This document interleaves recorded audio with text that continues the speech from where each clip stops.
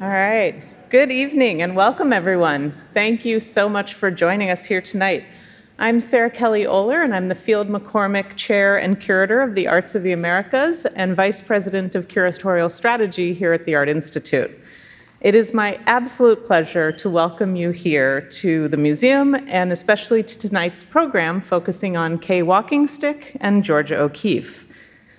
But it is equally my pleasure, and perhaps even more so, to welcome our presenter, Lois Taylor Biggs, the Rice Curatorial Fellow in Native American Art here at the Art Institute, to the stage. Her interests include Indigenous abstraction, the philosophy of art history, and the long transatlantic 19th century. During Lois's time at the museum, she has worked with us and my other team members in the Arts of the Americas department on research, acquisition, and installation projects around our Native American collection. And that includes the Landscapes in Conversation installation that's at the center of tonight's talk. Lois received her bachelor's degree in comparative literary studies from Northwestern in 2020 and a Fulbright-funded master's degree in social history of art from the University of Leeds in 2021. She has previously held curatorial positions at the Block Museum and the Center for Native Futures, of which I saw a number of people here tonight. Thank you.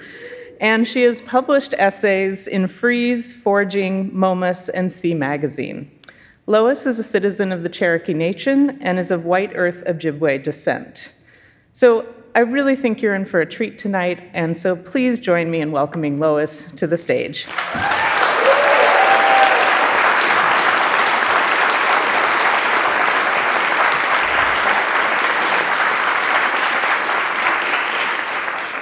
Thank you, Sarah, and thank you all for joining me here tonight. It's sunset in Glacier National Park. Soft pink light falls on steep mountain faces. Above, purple and orange clouds get heavy with approaching snowfall, and dark green trees stretch and sway in the wind below. Cherokee artist Kay WalkingStick painted this quietly majestic scene, a view of Rocky Mountain peaks in early winter.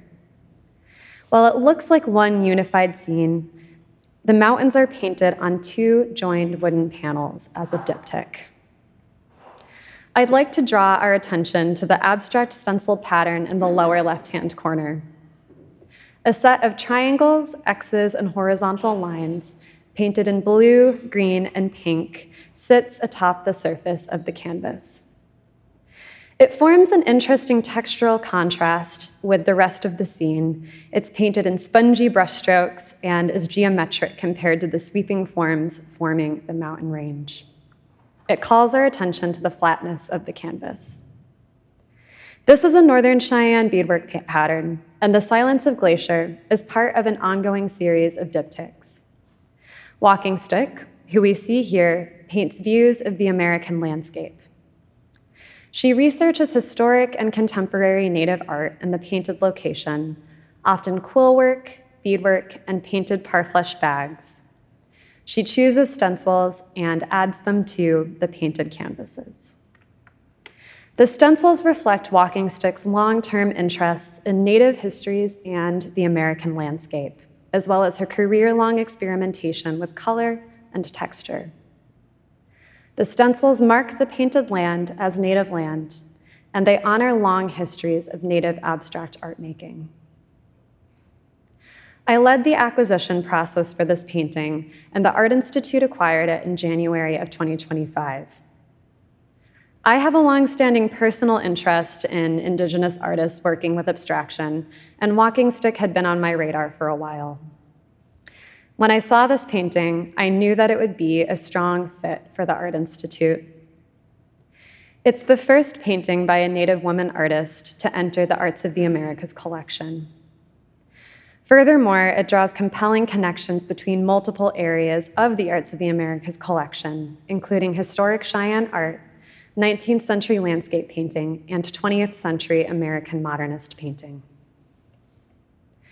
I had the chance to see the painting on view at the 2024 Venice Biennale and to visit the lovely 91-year-old WalkingStick at her home studio in Pennsylvania last year.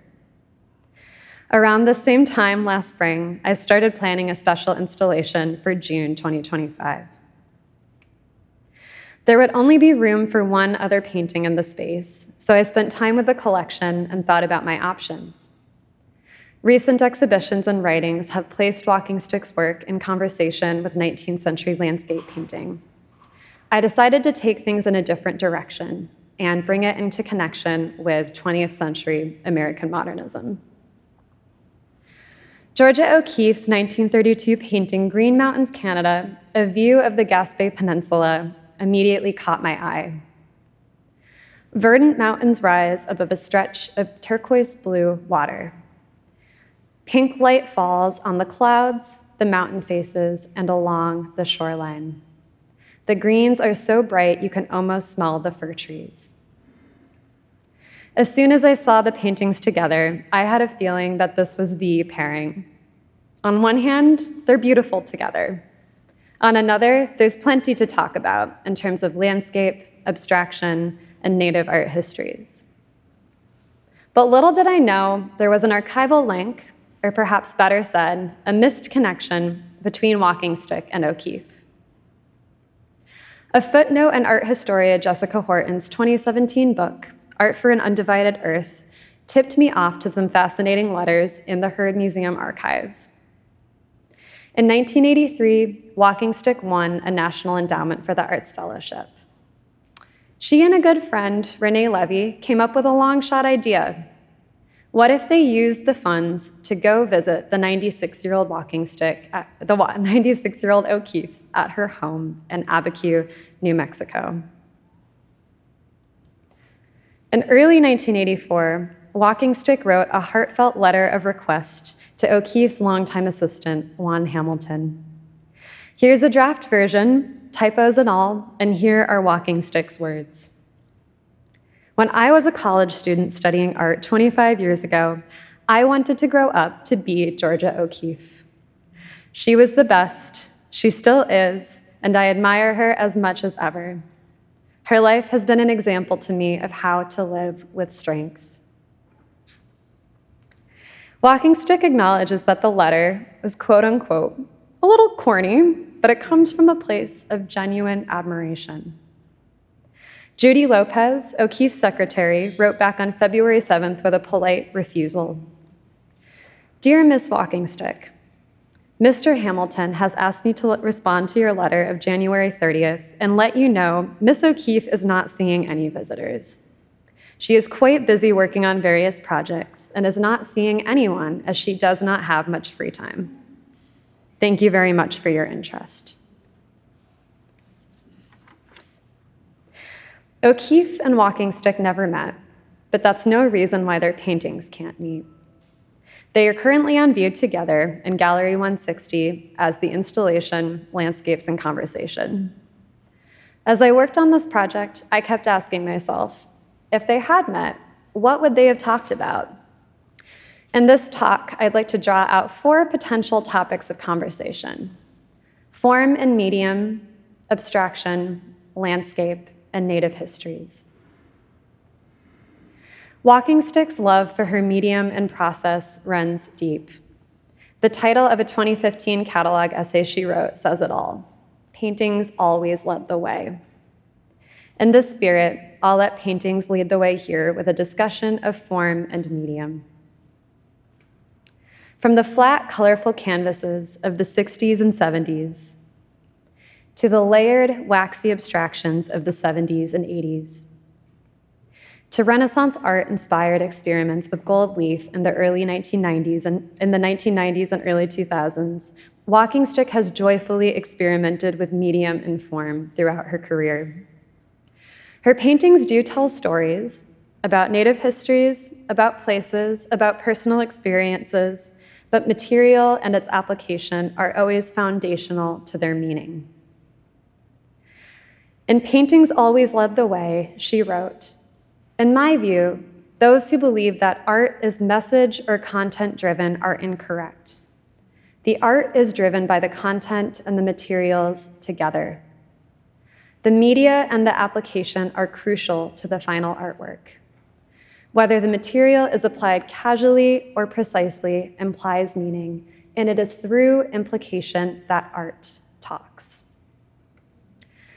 O'Keeffe expressed a similar view in a 1926 catalog essay.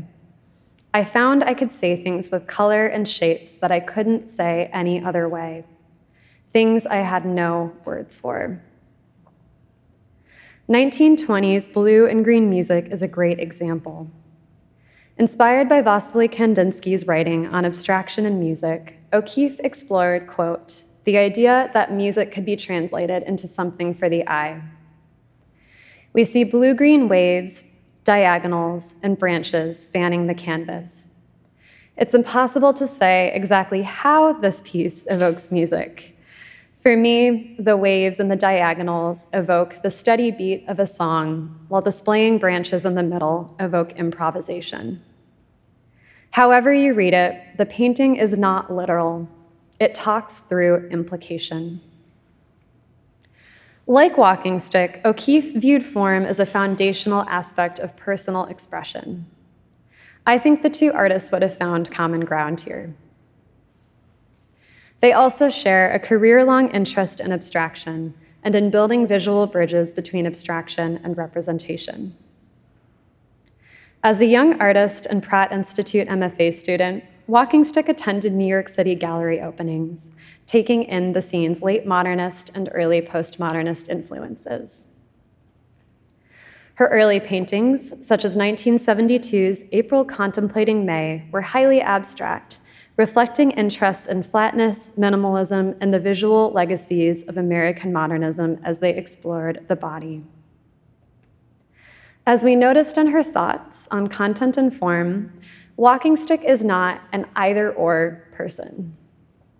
In her thinking, as in her painting, she bridges supposed opposites. Her 80s and 90s diptych series is a great example. This one is fittingly titled With Love to Marsden, in homage to the famous American modernist painter. On the right, we see a more figurative mountain range, and on the left, we see an abstract cross that evokes both Christian symbolism as well as native teachings on the four directions. For WalkingStick, this is not a contrast, but a unity. In a 1992 essay, she writes that one part of the diptych is not the abstraction of the other, but the extension of the other. The two portions represent two kinds of knowledge of the earth.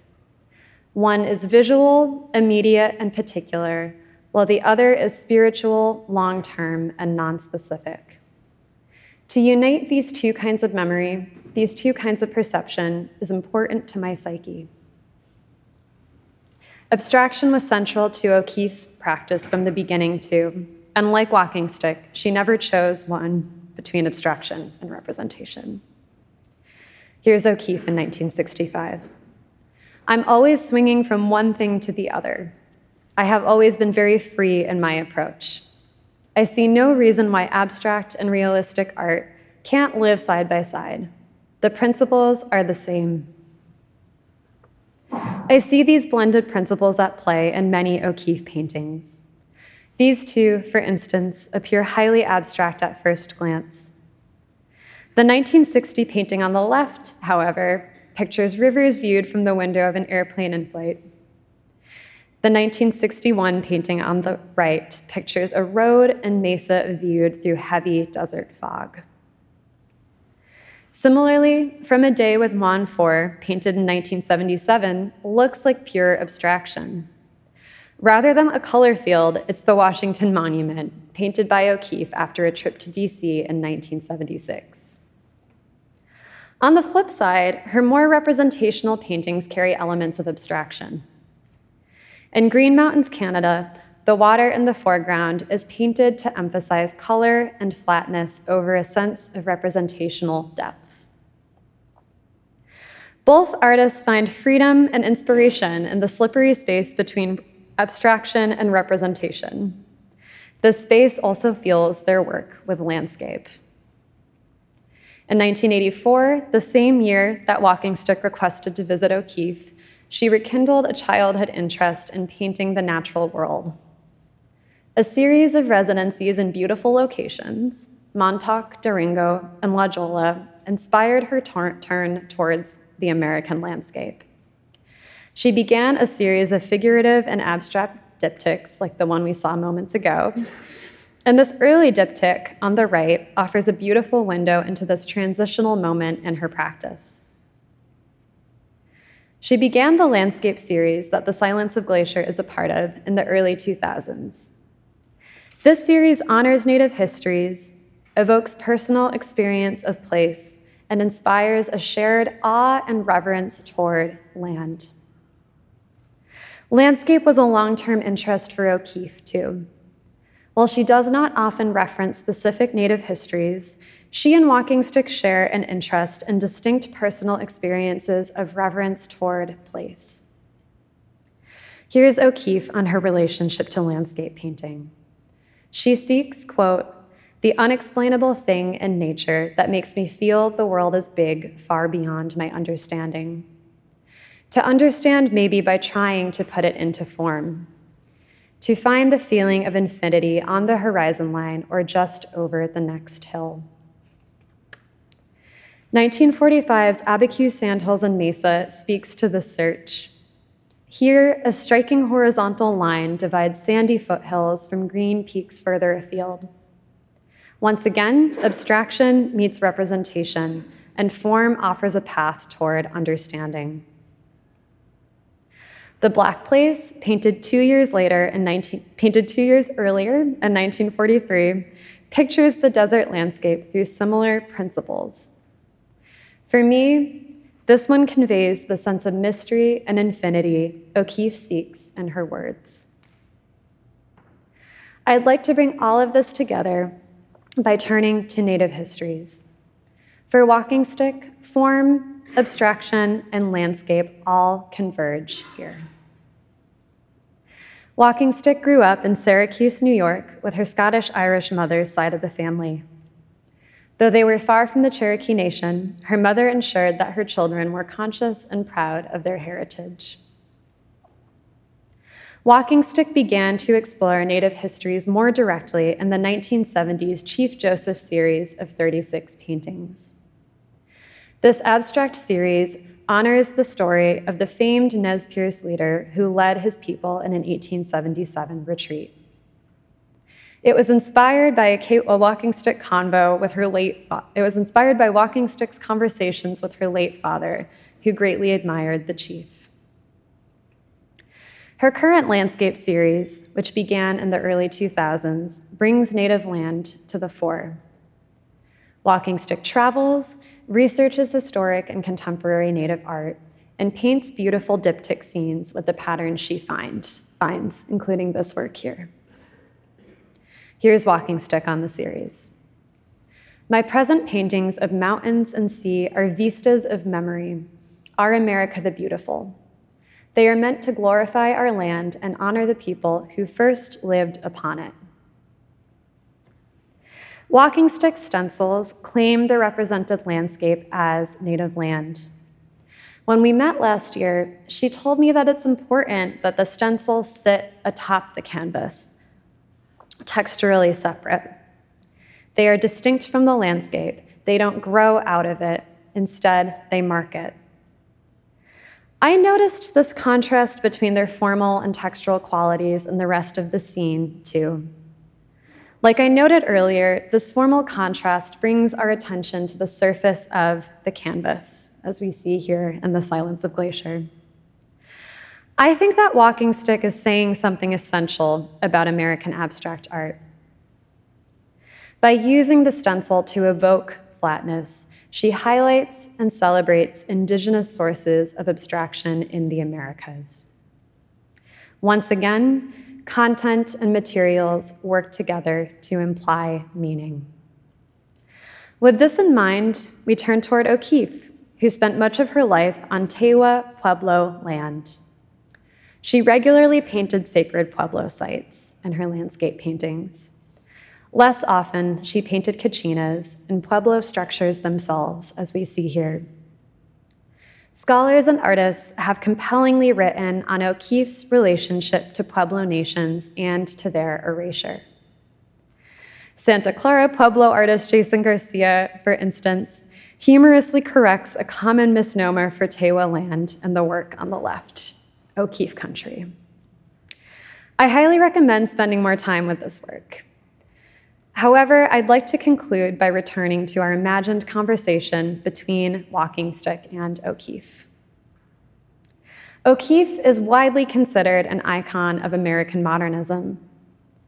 What happens when we consider her work within the millennia-long history of abstraction that WalkingStick brings to the fore in The Silence of Glacier? How does this change our conversation around modernism? How does this change our imagined conversation between the two artists? Perhaps with this understanding, they would have met on different, perhaps more even, ground. I envision admiration between two generations of painters working within much, much longer creative histories. I wonder if they might have looked toward these histories and their distinct places within them with consciousness and curiosity. Of course, we can never know for sure what WalkingStick and O'Keeffe would have discussed in 1984. However, their work can still enter a conversation and shed fresh light on American art history. I highly recommend that you visit the galleries, which are open until 8 p.m., and do some eavesdropping. Thank you.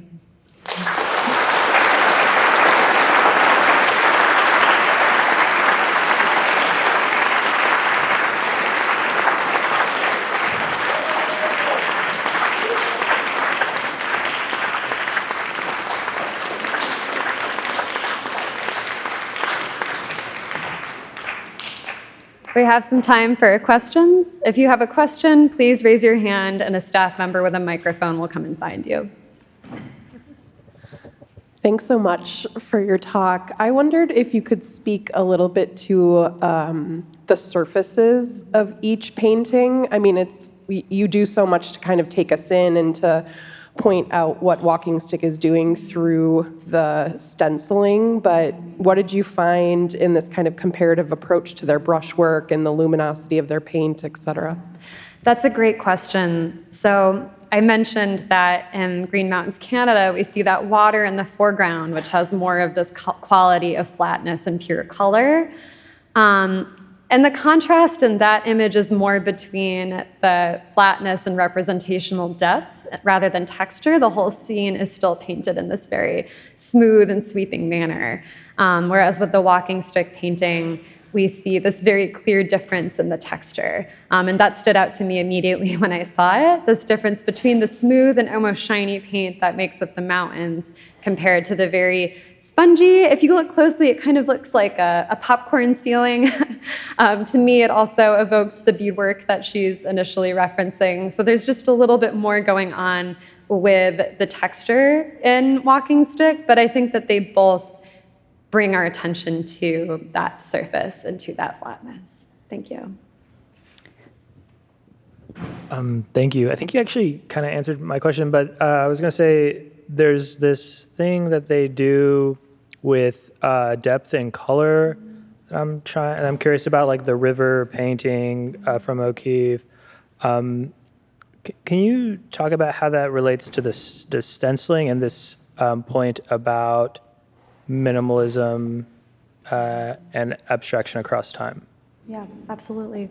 So with the stenciling, I thought it was just fascinating how WalkingStick is spending time speaking with Native artists, looking into archives, and thinking about this history of form making, mark making, weaving practices, beadwork practices, and looking for the formal qualities that we see within that.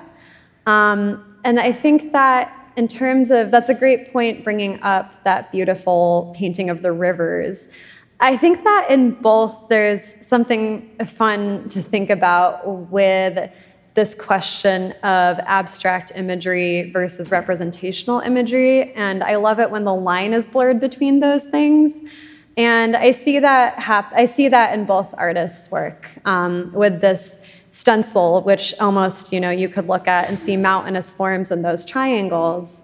And then these works that O'Keeffe is painting where we see what look to be abstract forms, but are referencing something that the artist was perceiving.